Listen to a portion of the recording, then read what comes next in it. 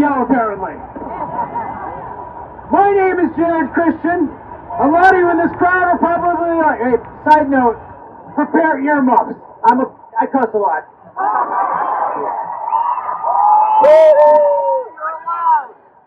My name is Jerrad Christian. A lot of you in this crowd are like, who the hell is this guy? And that's fair. I'm a father. I'm a veteran. But mostly, I'm just some guy. And there is nothing special or magical about a person that stands up on this stage and gives a shit about his fellow Americans. And I can talk to you about the problems that we face right now, but the fact is, everybody in this crowd knows it, and it's why you're standing here today. I can't speak to the experiences of people of color. I can't speak to the experiences of women. But I'll tell you what I can do. I can speak to the experiences of a white male growing up in poor middle of the nowhere Appalachia. I can speak to being surrounded, drowning in the hate and the anger of people, of other men who are afraid. I can tell you that there is a better way.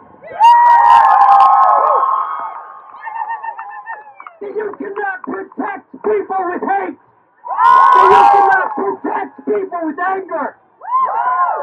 That instead you fill your heart with love and goodness.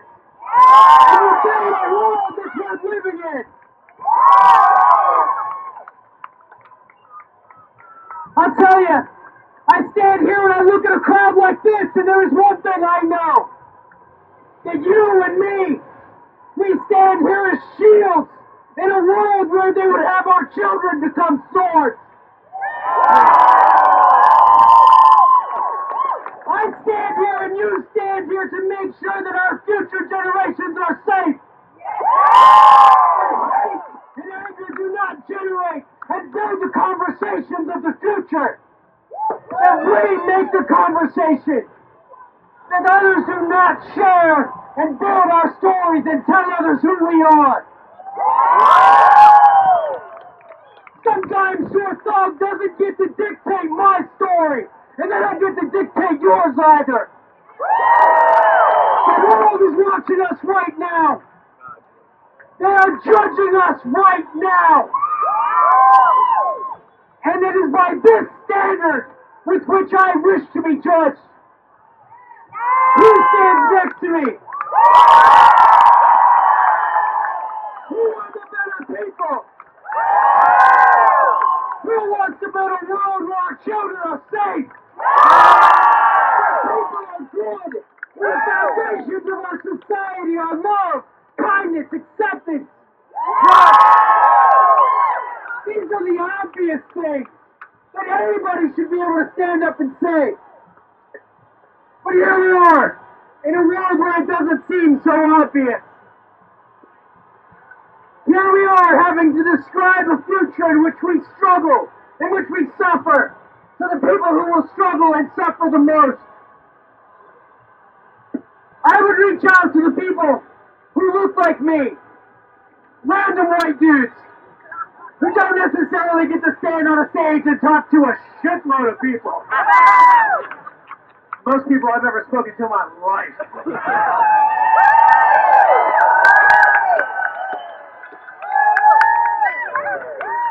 But this, right here, you and me, we are the ones who get to tell our stories.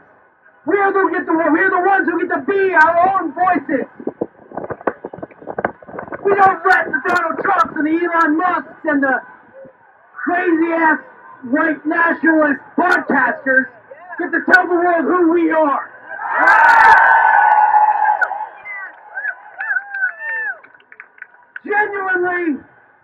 Genuinely, I'm just some guy. I ran for Congress in 2024 in one of Ohio's gerrymandered districts. Turns out I was ignorant enough to know I didn't stand a chance because cheaters be cheating.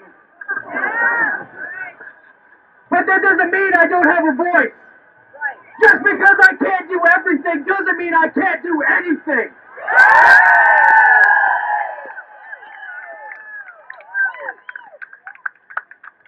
I can stand here and I can be a voice of the people who give a shit about the world. I can yell, but finally, not into the void. I am some guy who woke up every day saddened and depressed until one day I woke up angry. Angry enough to do something.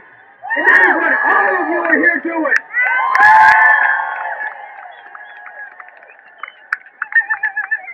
I won't keep you here because if there's one thing I know, it's that I'm not special. Always remember that the best thing you can do is build a better world for your neighbor, to love your neighbor.